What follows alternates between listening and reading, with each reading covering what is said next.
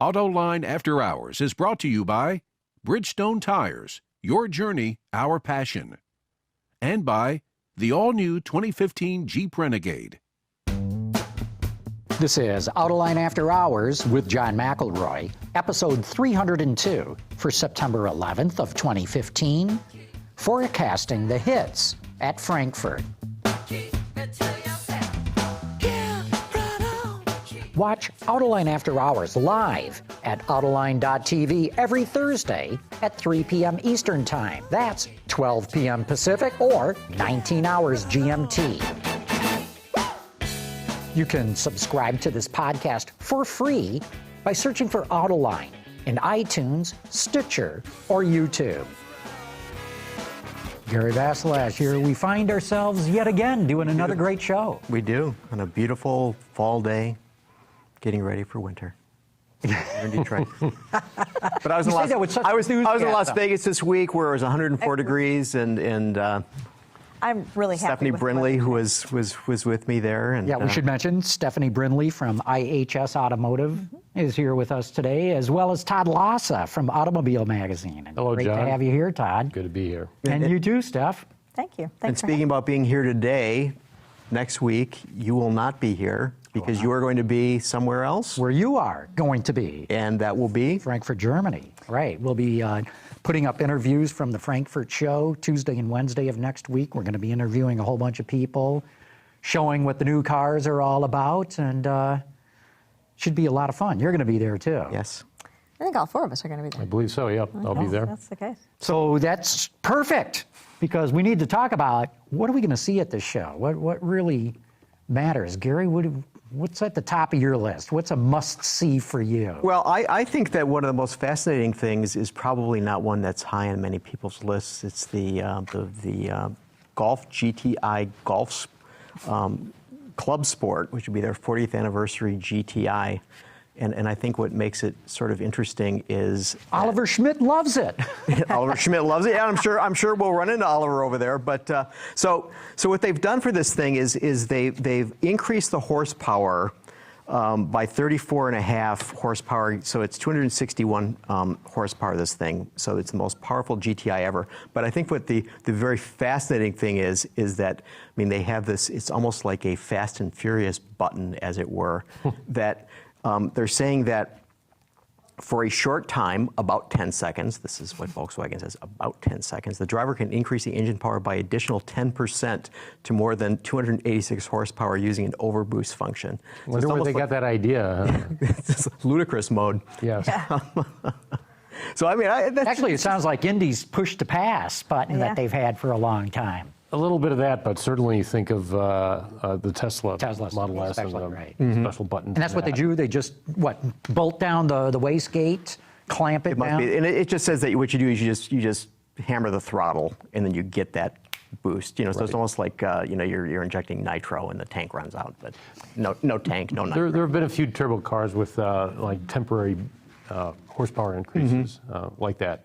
It does bump up into Golf R territory, though, almost, which is, I think, 300 or 305 horsepower, something like that. Yeah, so it's got a 0 to 60 time, 5.9 seconds, and 155 miles an hour top speed. So, sort of a cool car, but it's clearly, there are these more exotic things that will certainly be there. Look, I remember back in the 80s when the then head of Renault Engineering said it would be impossible to put more than 150 horsepower in a front-wheel drive car. Just couldn't take it. Wouldn't be able to handle, wouldn't be able to drive, you just snap the half shafts. So we clearly know that all these stats that you're spouting are clearly impossible. Steph, what do you want? What do you want to go see at the show? There's interesting that we're going to have a mix of convertibles and SUVs and a lot of premium stuff going on there. There's a little Cactus convertible concept. There's a Peugeot convertible concept, an S-Class convertible. And you just keep, Is anyone going to sell these cars? No. Convertible market isn't really going anywhere. So why is It is going somewhere, but it's going in the wrong direction, unfortunately. It's not very strong.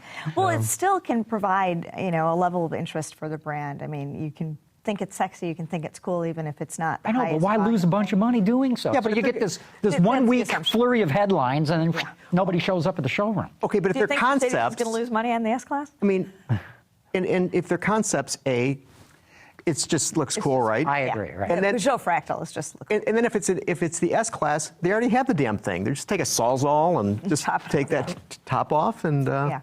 They won't cost. We always have concerns about, there's always something new that is going to put an end to the convertible. And of course, we've got rollover standards, and you can't put side curtains in a convertible the way you can in a hardtop car and that sort of thing. But, I was around as, at least 3 of us were around the last time convertibles went away, and that was in the 1970s.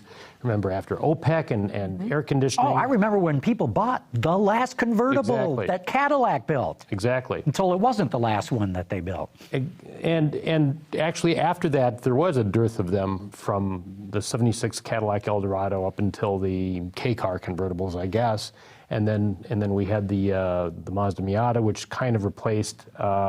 For me, at least, the Honda CRX is kind of the two-seater to have if you didn't have a lot of money, and that revived it. But the question now is: are people just too much interested in having a high ride height, kind of little being caught inside a car where you don't roll the windows down except to. Well, you don't even have to use that for the toll roads anymore because you've got your little. The electronic Easy Pass. Exactly. Well, one of the interesting things I think with the convertible market is as the U.S. market has picked back up, convertibles haven't been where people were spending their money. But we came out of a recession, and frankly, people replaced what they needed to first. We haven't really gotten further along in this economic recovery to start buying the fun stuff. So the first thing out of the gate wasn't going to be convertibles. In Europe, we're still struggling and trying to slowly get that market back. Convertibles are not the first thing on everybody's mind right now in terms of what you're going to go buy. You might be interested in looking at it, but it's going to take a little bit before we see some of that. But overall, we don't see the convertible market growing. We don't see it going away, but we don't see it growing. So, okay, in the U.S. market, so there's a Corvette convertible, right. a Mustang convertible, the aforementioned Miata. Camaro convertible. Okay, Camaro. Is there any? Running out of convertibles. No, I mean, is there any? As you said, fun cars, Camaros and Mustangs, well, series or stuff, yeah. But I mean, I'm talking about domestically built cars, right? I mean, so if you want to get the family sedan with a convertible, is there one? Not a family sedan. Not one if you want a decent sized back seat. We'll have a Cascada in a little bit, but that's maybe a little bit, but not, certainly not. not. Which is the Opel. The Buick. Certainly not the 1959. But the Buick that comes from Opel. Yeah. But that's not here yet. Certainly not the 1959 wide track Pontiac, which was designed that way to have a decent sized back seat by moving the rear wheels out. You don't have anybody worried about providing a kind of a permanent, if you will, a back seat where you take a lot of people. A long distance. I think since you mentioned convertibles, the kind of the counterpoint to that is the Nissan XUV concept, the X concept, I think they're calling it, which they've only sent out one teaser. And there's a lot of speculation, and we've already kind of discussed that this speculation might be a bit overdone, that this might actually be the replacement for the Nissan Z car. Now, whether it is or not, well, if it's being thought of as possibly the replacement for the Z car, that's kind of the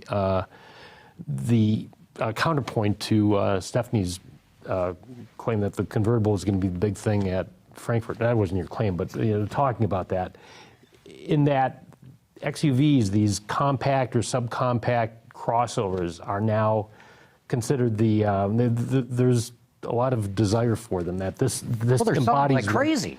People want them because originally they were sport utility vehicles, and supposedly there was some sport in the sport utility. There really wasn't, but especially when they became crossovers and they become this kind of amorphous, kind of bland kind of car. I think the Lexus RX was just kind of you could run a picture of a Lexus RX and say, this is a picture of a car. And it just kind of fit. And now you've got everybody rushing into that category and into a smaller size. You've got people, obviously these are two-row vehicles. So people are buying them not because they have a family or plan to have a family. You probably have some younger people or some older people buying them, and they're the hottest thing. So you're suggesting this Nissan X will be a crossover convertible? No, I'm not. No convertible. How'd that convertible cross cabrio work out for them? I think among the average buyer, this segment is kind of taking over as something that's a little bit different than the Toyota Camrys and Honda Accords of the world. Something that's got a little something extra. Except those of us who like to drive convertibles or drive sports cars look at it and say, "Oh, that's pretty boring." But they're selling the hell out of them, and they may be taking over for convertibles. So what do you want to see at Frankfurt? What are you looking forward to? Oh, I'm looking forward to a surprise, which would include that Nissan concept, since we know very little bit about it. I'm looking forward to. I've already had a sneak preview of the Bentley Bentayga. And I think that's going to be a You mean the EXP9F, don't you? EXP9F. We've all seen that years ago. And I have to say, as someone who's not a big fan of sport utility vehicles, when I saw this thing in the tin a little while ago, I kind of got it. I understood that, I overused the very overused lead about how Ettore Bugatti said Bentley makes the fastest trucks in Europe. And now they really do have the fastest truck in Europe. It goes 187 miles an hour. And while that concept from a few years ago didn't look very good, the Bentayga, I think, looks like a Bentley. It looks, whether you like the design or not, it fits. If you think of what the Mulsanne is, if you think of even what the Continental is, a big grille with a big body behind it, it kind of fits. I think it makes more sense for Bentley to have a big sport utility than it makes sense for Porsche to have sport utilities. And Porsche obviously has done very well with the sport utilities. So transformed the company. So here's a question. Rolls-Royce is also going to be showing a convertible, the Dawn. We should talk about that. Yep. Are they making a mistake? Shouldn't Rolls-Royce have come out with the uber luxurious crossover or SUV? They will. They'll have both. I mean, they're working on one. No, not at the show, but I mean, Rolls will have a big crossover, I think, within a year, right? And the interesting thing about this is that Rolls claims that this shares very little sheet metal with. You're talking about the Dawn, the Dawn, the convertible version of the Wraith. Of the Wraith. Rolls says that it shares only, 20% of the sheet metal or something like that? I forgot what's... Probably everything from the A-pillar back is probably unique, is my guess. Yeah. So, when you're selling cars in that atmosphere and that price, it doesn't matter. You've got margin for it. And obviously this is... You don't need to sell a lot of them. And you're not going to sell a lot of them because it's Rolls-Royce.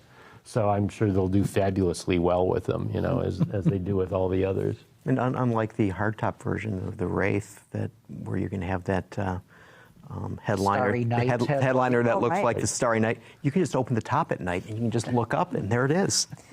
As long as you get outside of the city enough to. That reminded me of the Avalon Theater in Milwaukee on the south side, which was built in the late 1920s and had one of those pinhole roofs to make it look like planetarium roof. Right.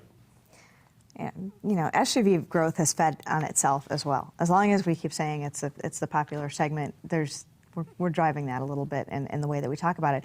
But that's where the growth is, and car segments had matured. I mean, there was a car in every little spot, and pretty much. And that's where we were at next is growing the SUV. Do you think that these uber luxe SUVs are basically predicated by people sitting over in Europe and going, damn, they're selling a lot of Tahoes in Saudi Arabia. This is not right. They ought to be buying our vehicles. I think part of it is the Middle Eastern market does a lot for, if I lived out there and if I was fabulously wealthy, I'd want something like a sport utility instead of a car too. Here's an interesting it's one of your 7 cars anyway. The United States exports nearly as many vehicles to the Middle East as it does to Europe. Yeah. And the population comparison is not even close. I mean, what is it? Europe's 400 million people plus, and or even more than that. It's got to be 500 million plus. And I don't know what the Middle East is, but it's a fraction of that. But they love Slades and Tahoes and Mustangs. And It's a reaction to what consumers want, because consumers are buying them. They do like to sit up higher and SUVs. So, you're getting that. But the part that has me scratching my head is that you always have, the manufacturer says, well, we needed to get into this segment. And I'm talking about anybody from Bentley to Porsche to all the others that have come along in the last 10 years or so. And they say, well, we've got the guy who's got a Continental in his garage, and he's driving an Escalade or something too. He's got several cars, and he has a sport utility. Well, we want that sport utility to be a Bentley next time instead of a Cadillac, or whatever. And yet, if you look at someone like Volkswagen, you'd say, well, okay, if the guy's got Porsches in his garage, does he need a Porsche sport utility? If he's got Bentleys in his garage, won't he be happy with an Audi, which is going to share a lot of components with that Bentley or that Porsche anyway? But nope, you have to have it covered all the way through every brand possible. I kind of don't get that. On the other hand, they're making tons of money on it, so I do get it. Yeah, right now, but I got to tell margin. you, when I look at Mercedes, BMW, and Audi, man, they got a lot of models. I think way too many. I think agree. at some point, they're going to hit the glass ceiling there, and they're going to wake up and go, hey, we got way too many models. Okay, when you say the ceiling, do you think that they're going too high or they're going too low in terms of what they're bringing I would just to the say market? too many. Too many? Too many. Going down low is going to get them volume, and that's why they're going down that way, because everybody's got to be able to amortize all this technology needed to meet safety and fuel efficiency and CO2 emission standards. You need volume to cover that, and that's a key reason why they're going so much down market. I just think they got too many models. I can't even keep them all straight myself, and part of my job is to keep it all straight. I don't think any of us can anymore. We need more people in the business, I guess. Yeah, we didn't know. That was a joke. They may see that, but at the same time, if they're able to, all the manufacturers are getting much better at understanding how to effectively share and amortize and make sure that they can come up with another model that doesn't cost as much as it might look like to cost. I do wonder how far they can go, because it's great. Aren't they kind of chasing their tail? They go, oh, we have to have common architecture so we can share all these components and drive down the cost. And like, hey, look, we saved all this cost. Let's do more models, and there go all the savings. I do agree. There does seem to be a point where there's just not going to be any space to add anymore. But I think you need. I want to add the point though that even if they've got too many models, if you look at all these luxury brands or premium brands that are adding sport utilities, and you look at the price of a sport utility compared to its roughly equivalent sedan, and the prices are significantly higher, and they sell them with lots of equipment on them, and they print money. Cadillac on the Escalade paid that tooling off right away. Lincoln with the Navigator, same thing. They're too hard a segment to get out of now, and now you've got, to your point, Mercedes slicing it up with the coupe version of the GL class or whatever. I can't keep them straight. The coupe versions are the ones that confuse me. The coupe versions, but they're money makers. They are. They weren't a money maker for Acura. Acura tried it and got out of it, but everybody else. Well, BMW and Mercedes seem to be doing okay with it. There's another SUV that's coming to Frankfurt that we didn't mention, and that's the Jaguar F-Pace. F-Pace, right? Oh, yeah. Right. So, we talked about this a little bit last week about how well Land Rover is doing and how not well Jaguar is doing because it doesn't have one. That's right. And speaking of that, we're also going to see the new Volkswagen Tiguan. And that's one that's high on my list to go see and find out if these guys finally got it right. I can't believe how they can't nail, the map when it comes to the American market. We were talking last week. I'm driving the brand new Golf. There's not a USB port in the car. I can't believe it. And, all I'm saying is this Tiguan just better be exactly what they need for the market. So they finally came around to cup holders to look at the USB ports later. Well, and I'm going to be skeptical about the new Tiguan because, to your point about the Golf, the Golf sold pretty well last month in the United States. I think it was like only several hundred units fewer than the Volkswagen Passat. That's bad news. Looking it up as That's bad news for Volkswagen. That's not good news because they're just cannibalizing themselves? No, they're just selling Volkswagens to Volkswagen people. They're not expanding their market. Volkswagen people love the Golf, and it's not an American-centric car, if you will. It's fine that they're doing well with that, but the fact that it's catching the Passat in sales is bad news for Volkswagen, because the Passat is a very American car. Was I right or wrong, Gary? I know it was, I want to say it was 7,000 for the total Golf sales? For the year to date or for No, for August? just for August. Do I have that wrong? Let's see. Golf, well, I've got it broken down that it's Yeah, there's a total Volkswagen number. You have to and- look at the whole number there. Well, so I'm seeing Jetta is 11,000. Yeah. Passat's 7,400. Golf was not that strong. They had a pretty good month. They've 2478. had pretty good growth months. I That didn't was the look up my wagon. number either. Well, one of the interesting things is 3829. the wagon is the Jetta wagon, right? So you've got a little bit of Jetta wagon. Jetta wagon, 110. shifting, and now it's the Golf. So the Golf is doing Doesn't better matter, than- either one you want to name it, it still doesn't have a USB port. It still doesn't have a USB port, and they still are missing on that. And even though it is seeing good sales growth, it's not dominant in the segment.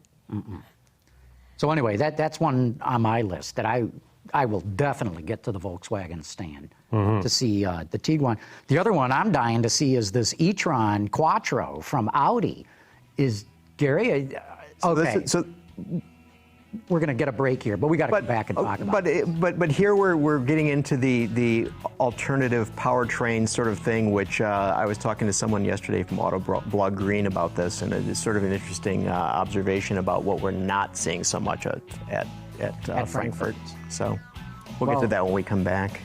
You know, nobody's talking green anymore at auto shows. That disappeared. Yeah, we'll be back. We got more to talk about. But first, we got to give a great shout out to our good friends at Bridgestone.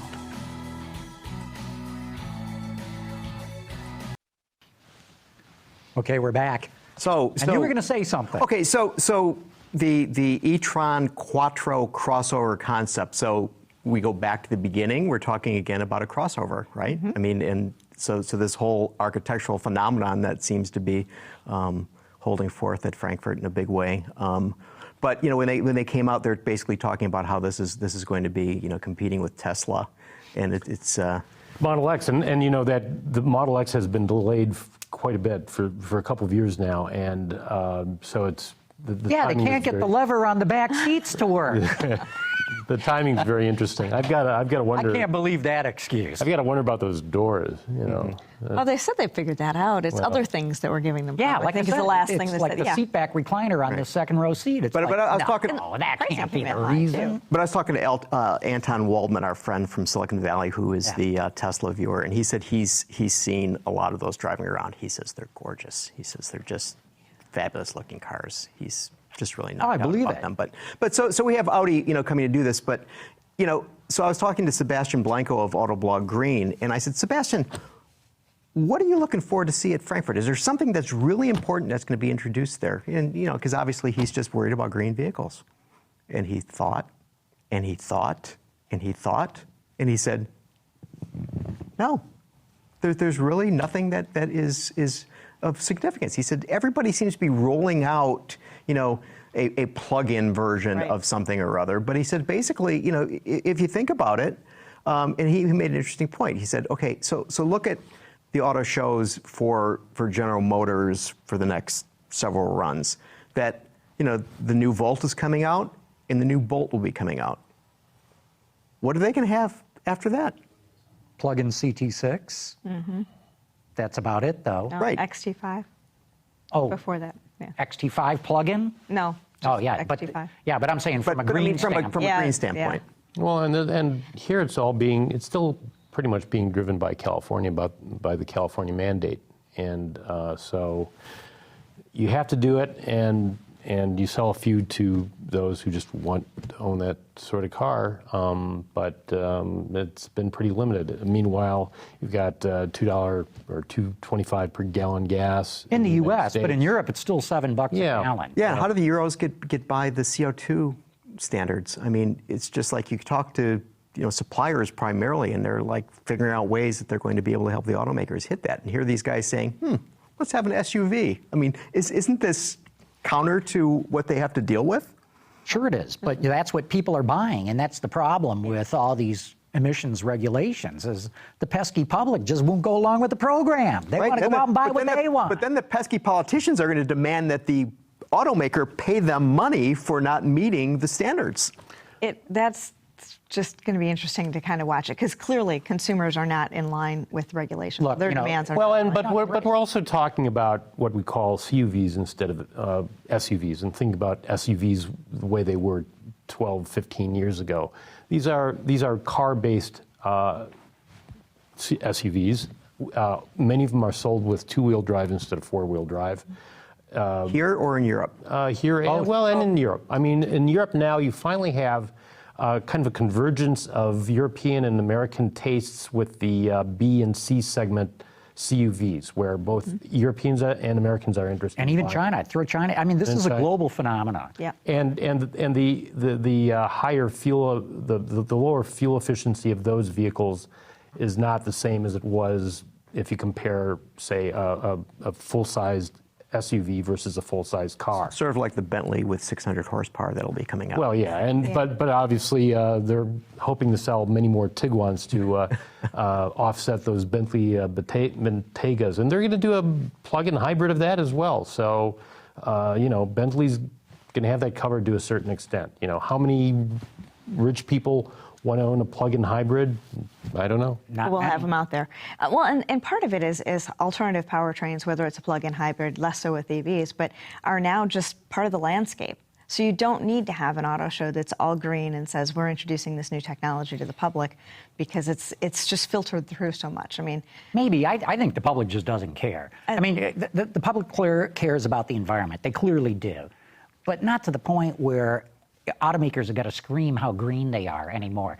And, we talked about this on the show, I want to say at least 2 years ago, might have been 3, of how all of a sudden the green theme went away at every auto show. And now all anyone wants to talk about is connected car and autonomous car. That's the big thing. And there's a big autonomous/connected thing going on at Frankfurt that I'm going to spend most of the second day trying to learn what it's all about. Well, let's not forget that one of the supposed advantages of autonomy and connected cars is that you'll save fuel as well. You'll save gasoline and diesel, or oil as well. Well, and back to your point about the fuel cost between an SUV and a sedan, I mean, that's a lot of it right now. If you really prefer sitting up higher, the penalty is not that great. And it's a car that costs more than the sedan, so you've already chosen to spend more on transportation than you have to by picking the SUV to begin with. The difference in fuel economy is just close enough that people can accept paying a little bit more. And at the last Detroit show, a little conversation with Jim O'Sullivan of Mazda, he spoke about how they're seeing buyers trading in mid-size cars for C-segment CUVs and compact cars for B-segment CUVs. Well, they were just launching theirs, but that's where they saw the market going. So people are going down a size as they raise the ride height. Again, these things bore the heck out of me, but they're probably not losing a lot of fuel economy unless they go with the all-wheel drive option, and even then it's just a few. Yeah. Look, let me ask you this. Okay, so everybody's saying, everybody's going down a size and they're going to SUVs and so on. Is everyone going down a size because the average cost of a vehicle is getting so damn high? Yeah. I mean, and especially again because the CUVs cost more. A C-segment CUV costs more than a C-segment compact car, right? Yes, that's part of it. Part of it is if you look at the replacing something that's a few years old, and the B-segment cars have gotten bigger and the C-segment cars have gotten bigger, and that's happened in the SUV segment as well. So if you've got somebody replacing an 8-year-old Civic and they go down to the HR-V, that's probably closer in size than it might sound. Okay, but so our sizes keep growing and growing and growing. Okay, but the HR-V, which is their B-segment crossover, is predicated on the Fit platform. Okay, so the Fit car is down one from the Civic. So let's say I'm the person who owns the 8-year-old Civic, and I spent what, 18 grand on it when I bought it 8 years ago? Less? I don't know. Yeah, somewhere in there. Okay. Anywhere from 15 to 18, depending on which one you bought. So now I go into the Honda store and I say, I want to buy another Civic. I love the car. It's fantastic. It's been bulletproof. It's had everything. I want to buy one, and you know, so what is it going to cost me? So what will it cost me now? 25, 22 to 25. 22 to 25. Yeah, okay, so probably. we've gone from 15 to 18 to 22 to 25. And then I go, holy shit, that's a lot of money. And then the guy says, but look, I got this HRV over here, and I can get this for 22. 22. Sure. Exactly. So you're right? not, So basically, I'm not going down in size because this is a big trend that everybody's doing. I'm going down in size because I can't afford to do otherwise. I totally agree. And you buy the HRV, and you're going to be able to fold down the rear seat and put your $3,000 bicycle in the back there. Well, So. Meanwhile, everybody going into pickups is getting bigger and spending $50,000 on these trucks. Yeah. You know, it's so you know you got two things going on. we're dealing with the increase in fuel and vehicle prices largely with longer loan terms. Too many people walk in and go, I want to spend $500 a month or $1,000 a month or whatever it is, and you just make the loan last a little bit longer, and you get there. You know, our average car price is like $32,000, which is a lot of money, I think, for an average car price. But car sales are still roaring. People are figuring out a way to, and the average is 32. So not everybody is going in and buying a $22,000 car. There's plenty of space going on in the luxury and in the premium, in the $40,000 and the $50,000 and the $60,000 cars in order to keep your average that high.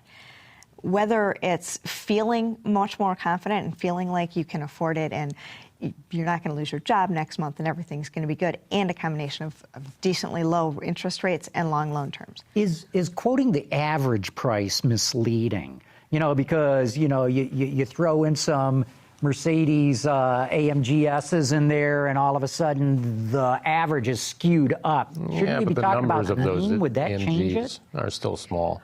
I don't know what the mean is, so I can't I've answer that never heard anybody quote what the mean is. No, the average does get pulled up a little bit by that, but if you don't have that side of the segment, it wouldn't come up. I still think that people are buying plenty of cars that are costing a lot more than 32.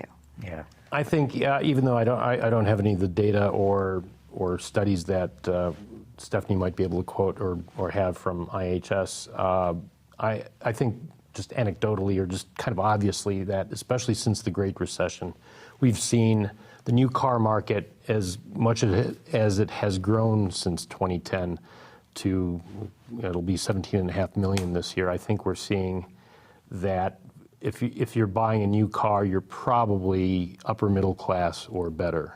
And you know, part of that is that the other thing we talk about is how the average age of the car now on the road is something like 11 years. And so cars are lasting longer. An 11-year-old car isn't as bad as it was, you know, 30, 40, 50 years ago.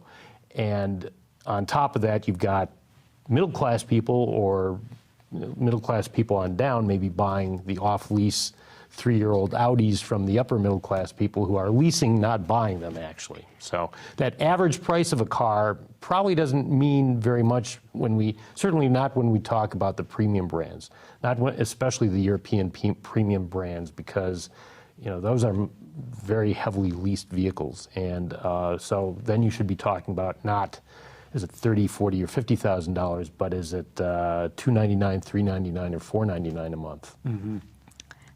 Yeah, that's certainly an impact on it as well. Hey, speaking of cars that are going to be at the Frankfurt show, what do you guys make of this wild Honda concept? I think it's called the 2 and 4. 2 and 4. 2 and 4, it looks yeah. like kind of a four-wheel motorcycle in a way. The first teaser I saw reminded me I was on the Acura RS. Here we got a picture of there it it on the is. screen. The first teaser was an overhead shot, and you could only see the right side of the car and the open wheels. You could tell that the engine was on the right side of the car. It reminded me of something Honda did for its 50th anniversary in the late 90s, and I got to drive one actually on a Honda press trip for the Acura RSX in 2000 or 2001. It was called a side-by-side. Now, today a side-by-side is one of those four-wheel off-road motorcycles that the Honda motorcycle division sells. But back then they just built 50 of them for their birthday, and it had a motorcycle engine to your right. And it was, unlike this, it had an enclosed cockpit. and it had a sequential, I think, a 5-speed manual box. And on this trip, they allowed the journalists to try them out on a little road course. Loads of fun. One of the perhaps the most fun I've ever had on a track, even though it went nowhere near as fast as some of the other cars I've driven. But just the fact that you could rotate it and play amateur Formula One driver in this thing made it a lot of fun. So I wonder whether they're planning something like that, whether they might, actually market it this time, if there's some sort of road racing series they could kind of establish with that kind of car. What was the car that Mercedes, what was it, FC or something like that, that was? The leaner? The leaner? That was, so it was like motorcycle? Yeah, that was truly a motorcycle. This is actually an open-wheeled race car with a motorcycle engine. Didn't it have four wheels, the Mercedes? I believe it did. Yeah. A what? I'm sorry, what? It had four wheels. actually, It had four wheels, but Yeah. wasn't it But he leaned drove it. yawed like a motorcycle. Right. Or like a... So do you think the approach that Honda's taking with this thing is just basically more like an open wheel racing car? And we were talking about that last week with the no cockpit. And, Yeah. Well, I was going to ask Stephanie that. What do you think? Is this Honda playing in the sandbox? They trying to, figure out, is there any demand for this, or this is just to make the Honda image cool? I think it's just about Honda image being cool. Let's not forget one other thing. Had there been a much more successful season for Fernando Alonso and Jenson Button, they would be playing up the connection there. That's certainly part of it. Disaster. It's been a disaster, but this is also unmitigated. It's also the first year back in F1 in I know, a but decade. still, nobody thought they'd be doing this bad. Exactly. Exactly. Nobody thought Lewis Hamilton would be this good. Yeah. So. But I bet just as Toyota did the Lexus LFA to celebrate the first Toyota F1 win that never happened, I'm guessing that there was someone in marketing who thought that this would be a good tie-in with the McLaren Honda team. Yeah, good thought. It's sort of interesting to think about. We're talking about all these luxury cars that are going to be rolled out in Frankfurt, and so for the past few years, at least, the China market has been really the key market for some of these German luxury car manufacturers, and now the China market seems to be waning somewhat. I guess this Leveling. It's just not It's growing the way it leveling. was. Right. It's not growing. I mean, it's still big, but apparently the number of even luxury cars is not what it once was. And even more importantly, everyone's cutting prices.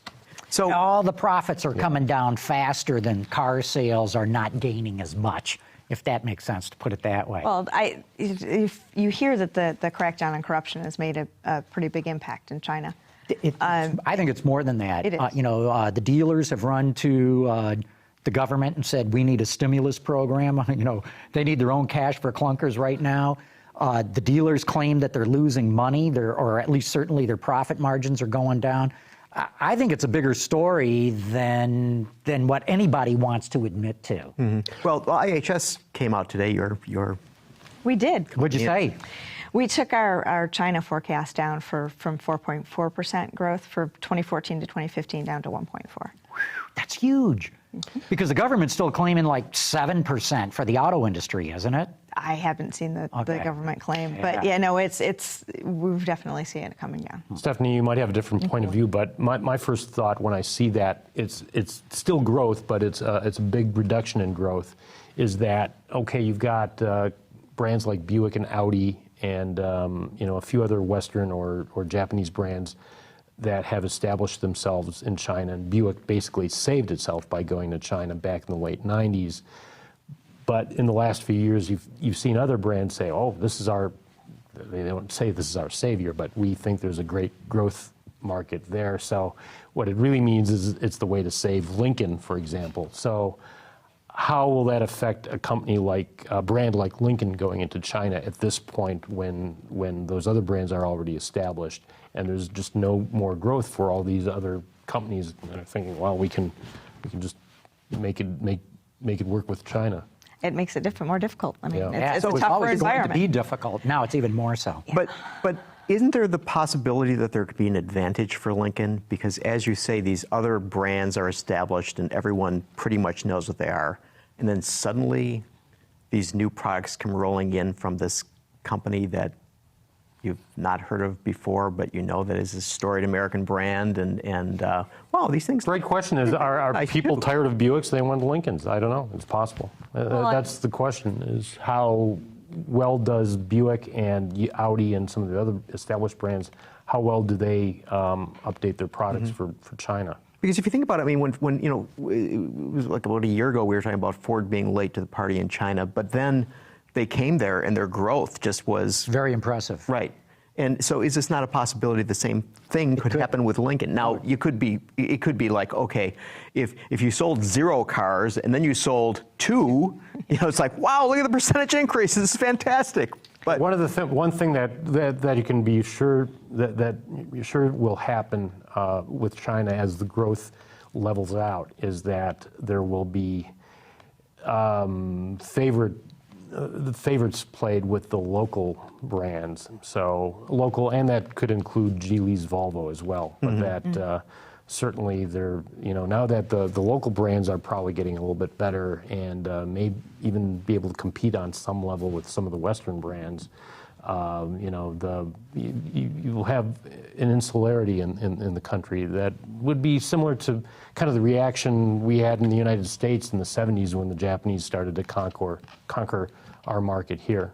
Yeah, wasn't it the case where the Chinese government was concerned that too many Chinese people were interested in BMWs and Mercedes and things like that, and they were saying, gee, you know, why don't you buy domestic cars? Well, in fact, they put out an edict that government officials could no longer buy foreign-made cars. Audi commands that segment of the market, and I asked the CEO, Rupert Stadler, isn't that the guy? Asked him, well, what are you going to do now? I asked him at the LA show late last year, and he said, he pretended like, no big worry. He says, about 10% of our sales in China go to those people. So, you know, we'll more than make up for it. But, you know, if I'm a car company, I don't want to see 10% of my sales go away. And this could be an opportunity for the Chinese government to basically subsidize people buying, you know, indigenously made cars rather than foreign cars, even though they're all JVs over there. There's some opportunity. Well, and China isn't, their motorization rate, which I don't remember exactly what it is right now, is not nearly as high as it is here. So you still have buyers coming into the market, and that might be where your opportunity is for something like Lincoln. For brands that aren't established there, is you've got somebody coming into the market who hasn't had a car and maybe willing to go with the new brand and not committed to the Buick or the GM or the Audi that's been here for. I would not believe that Lincoln had a chance, except for what you brought up, Gary. Look at what Ford did in a very short amount of time in China. That's the only reason I believe Lincoln might have a chance. And those dealerships look pretty cool too. You know, you they are. Give you tea, and you know, you're good to go. Okay, we're going to take another quick break here. Give a shout out to our great sponsor, Jeep, and we'll be back to talk to Dr. Data.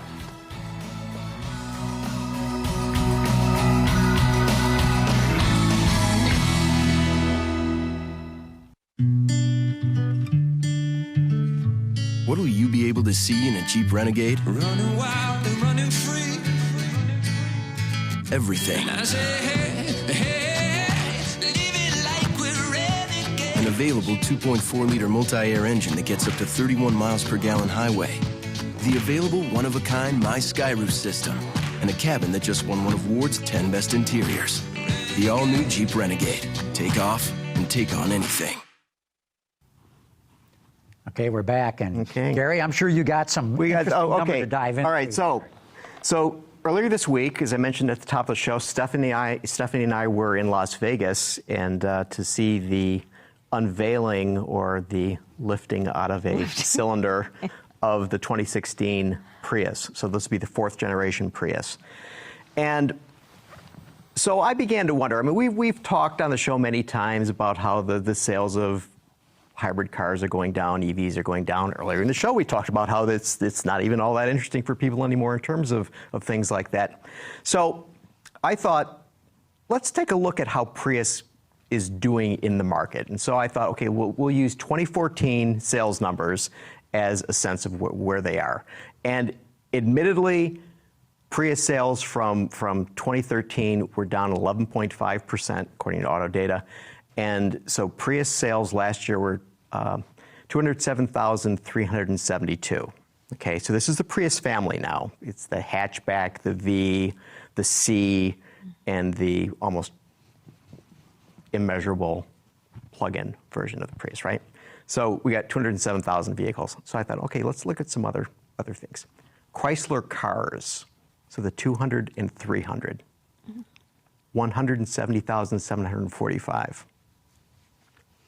All of Acura, cars and trucks, 167,843. Now, and they were up 1.5%, by the way. The aforementioned Lincoln, all Lincoln, okay? Cars and trucks, 94,474 units. So Prius, 207,000, Lincoln, 94,000. So come on, it ain't that bad. You know, seriously. I mean, you look at, so I started looking at some other numbers. So I was looking at August sales numbers. So the 200 in August sold 14,000. The Prius in August sold 17,757. Chevy Malibu, 17,553.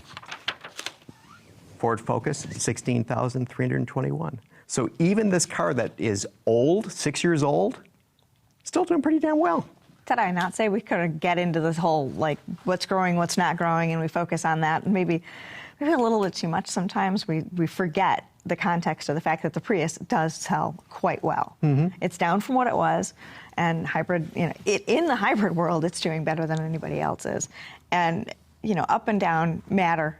It tells you where the trends are, but it doesn't tell you the whole story. You certainly have to look at the context of segment. Right. So what did you think of the new car? I mean, it was big razzmatazz. I mean, they really pulled out all the stops. They did. We even had a band, right? Yeah. From Australia, no less, that nobody apparently had ever heard of before, besides members of the band. Even they weren't sure. The interesting, we talked earlier about how green isn't a theme at the auto show anymore, and how alternative powertrains are just kind of part of the landscape. This Prius is growing up a little bit.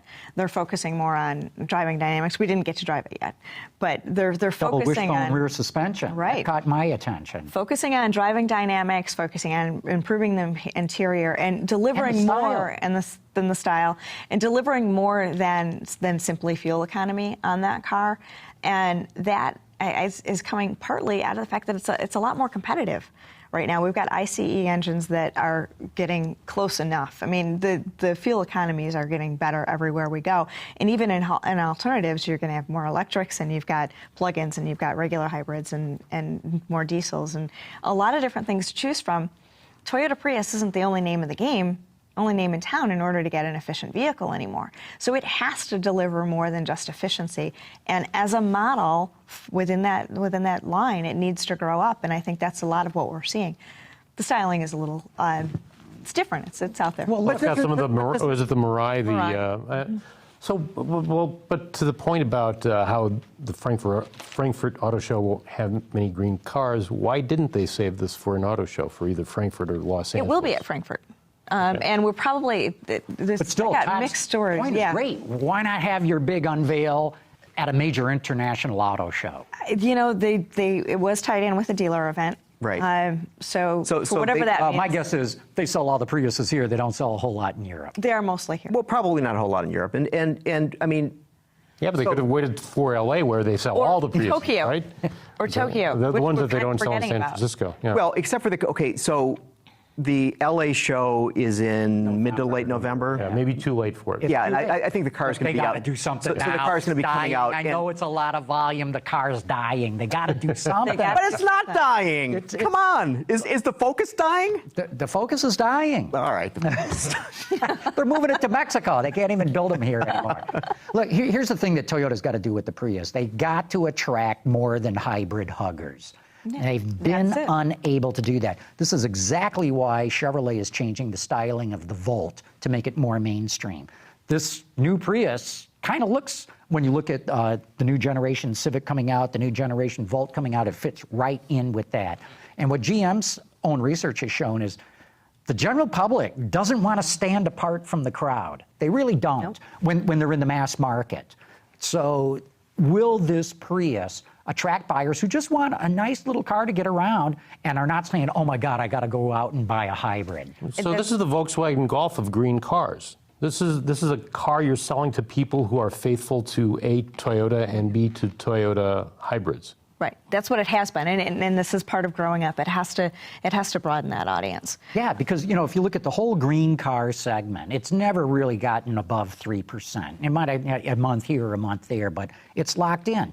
And people buy a hybrid, and then they get a plug-in, then they get an electric, and then they go get an Escalade or something like that, it seems. But they're not increasing that segment. And unless they can start growing the entire segment, it's dead. It's just a little niche that's never going to be any more than it is. Well, this stuff becomes more relevant when it is simply a powertrain option that you go into your dealer and say, oh, I want that one because it's got these features and I like that. And, oh, what does it have under the hood? Oh, well, that's fine. I put gas in it? Yeah, okay, that's good. I'm happy.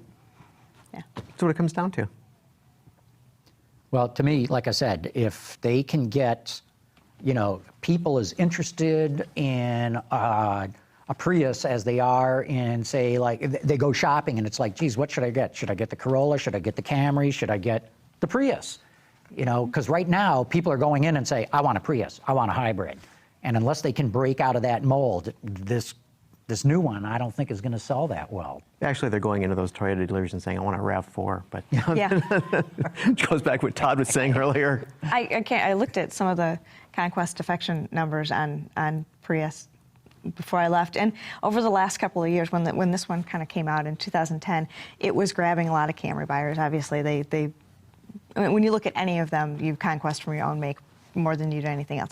But over the last 4 years, more people are going in and rejecting the Prius and going for the Camry, and that is something that is definitely changing within the makeup of that. I don't have any data. So Prius isn't able to conquest the way that it used to, and that's something that Toyota needs to deal with. What I've run into, and this is purely anecdotal, I don't have any really good numbers to back it up, but in just talking to people who have been hybrid buyers, and you ask them, you're going to get another, a lot of times they'll say, no, I want to try something different now.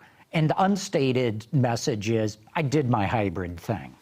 Sure, and there are people out there, but it's not the majority of people that buy the third and fourth and fifth. Maybe we should try to talk them into convertibles. There you go. That's Bring it all the way back. I mean, really, if you want something different. Convertible and as I say crossovers. that, we talk about the Miata, and would I actually be into my third Miata in a couple of years?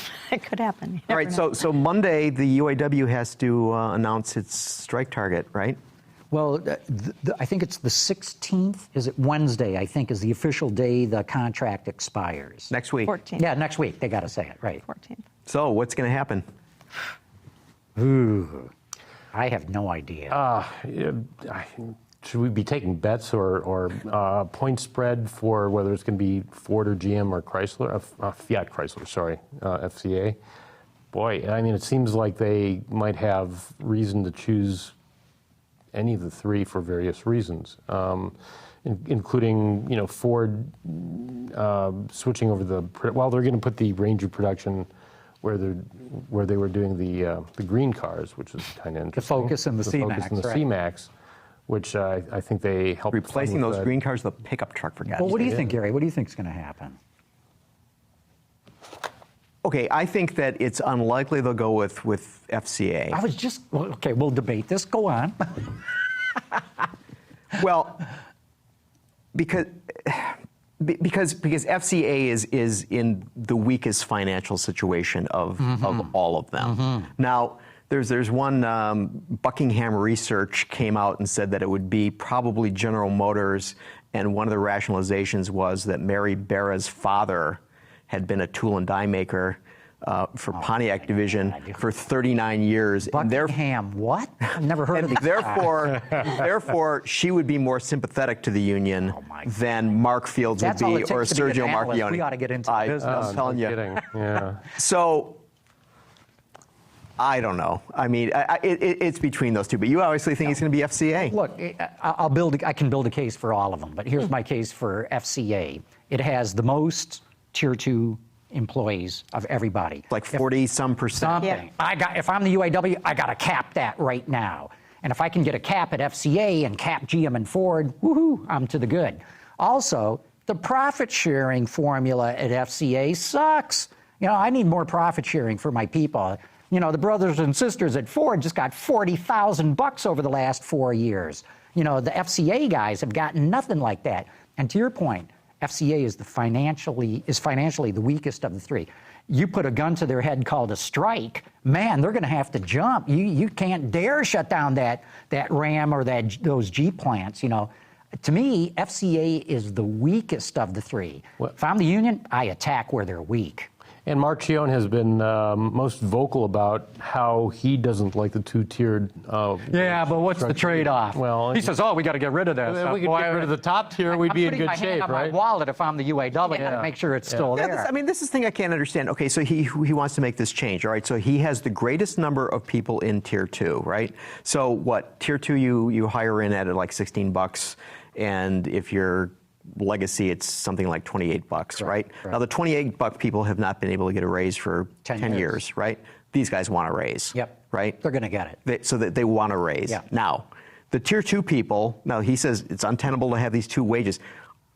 Are the legacy people going to say, we'll take some of our, we'll give back some of our $28? No. No way in hell. What will be the effect? How can they do it? What will be the effect, though, the other kind of the outside factor, the fact that after this contract ends, UAW workers will be able to opt out of the union because of the right to work? Right to work.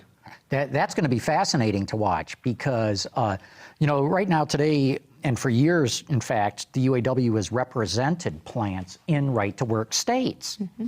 Texas is one that comes to mind. And there's a bunch of others. And still, well over 90% of all the employees in those plants in those right-to-work states stay in the union. The difference now this time is that if you look at the Mackinac, what is that thing? It's this conservative think tank. Yeah. They're going all out of their way to teach UAW members, here's how you drop out of the union. Here's the form you have to send in. Here's the process that you got to do. And I'm blanking out on the name of the anti-union or the anti-UAW group that's also in at Volkswagen. They have set down shop here, and they're trying to cherry pick workers off the UAW roster. So, it's interesting that in other right-to-work states, the UAW hasn't lost that many members, but you haven't had an active anti-union organization trying to entice people to drop out of the union. Well, I think all that's going to happen well after next week.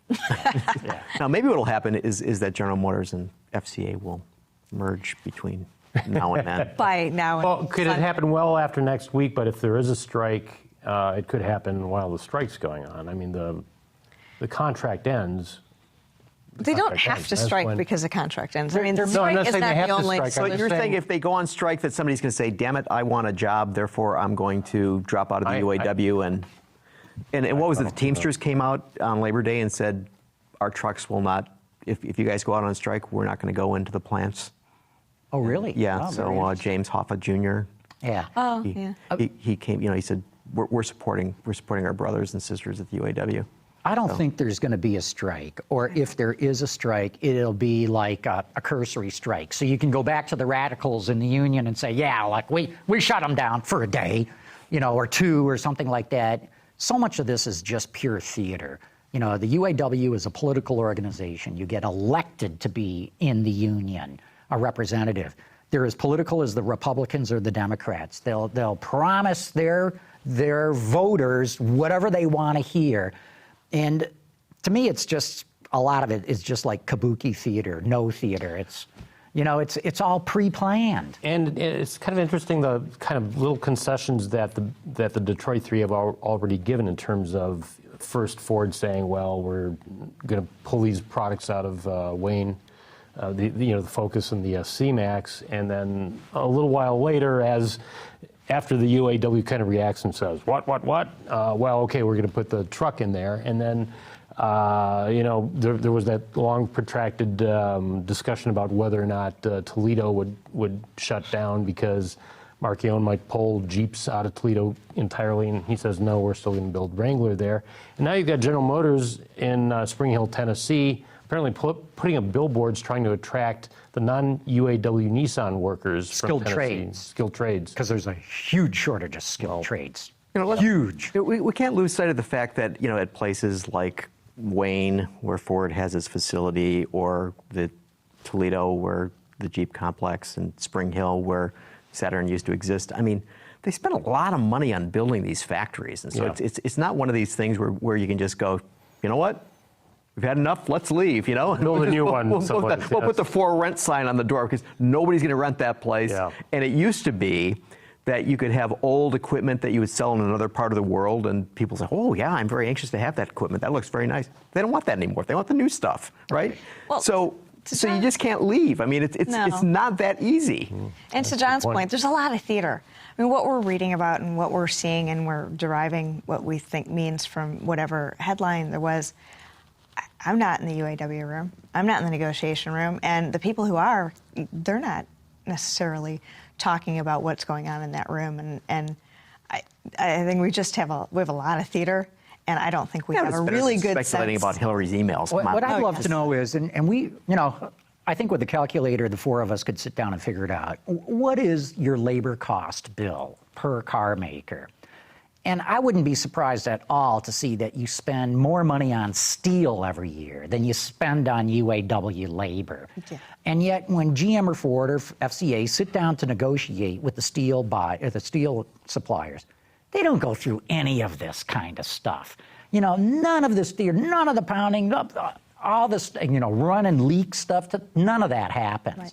And it's just a peculiarity of when an automaker is bargaining with its labor supplier that you get into this theater that, has got a history that goes back to the sit-down strikes of the 30s. And you've got to show as the union, you're tough, you took management down, you stopped them, just to placate the radicals.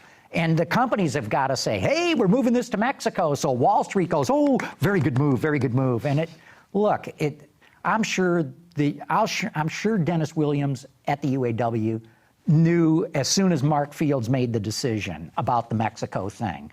And in fact, I'm sure Mark said, hey, Dennis, I'm going to have to make this announcement. And Dennis was like, cool, I'll sit on it for a while, and then we'll figure out what we're going to tell them what's really going to happen, i.e. the Ranger coming into that plant. Right. So it's... I think that after going through the recession and going through all the things that we've had over the last 15 years, which has kind of changed the relationship between the UAW and the auto workers, I can't believe that the union is learning about any manufacturing move from a press release. Right. You just can't. Well, that's true, of course. You can't manage the relationship that way. That's great. So the point, sure. But the difference now is that, remember that 8 or 10 years ago we talked about how Detroit had a built-in, what it was, $2,500 per car disadvantage because of the UAW costs, especially what's now the VIBA, and so in the time since then, everything's been restructured, and you have the Detroit companies making some pretty good profits.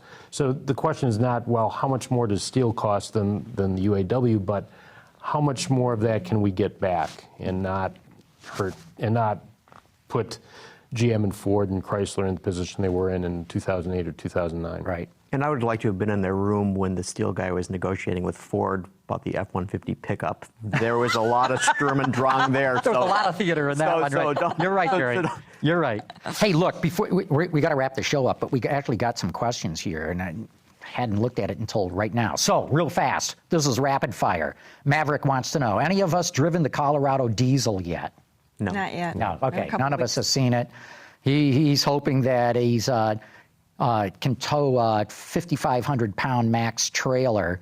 Wondered if 7,000-pound is okay. But we don't know any of that yet, do we? No. Okay. Jimmy Dorff wants to know, for green, because we were talking about so much green stuff, what about this 107-mile range 2016 Nissan Leaf? We forgot to talk about that, didn't we? Yeah. 27% increase in range from the, but they're still offering. It's just a bigger battery, so it's the same powertrain, bigger battery. Go farther with a bigger battery. And depending on the model, it's a $5,000 to a $7,800 upcharge to get that bigger battery. So now you get a bunch of other stuff. That's not just the charge for the battery. But Okay, Armin wants to know, is there any technology debuting in Frankfurt we should be looking out for?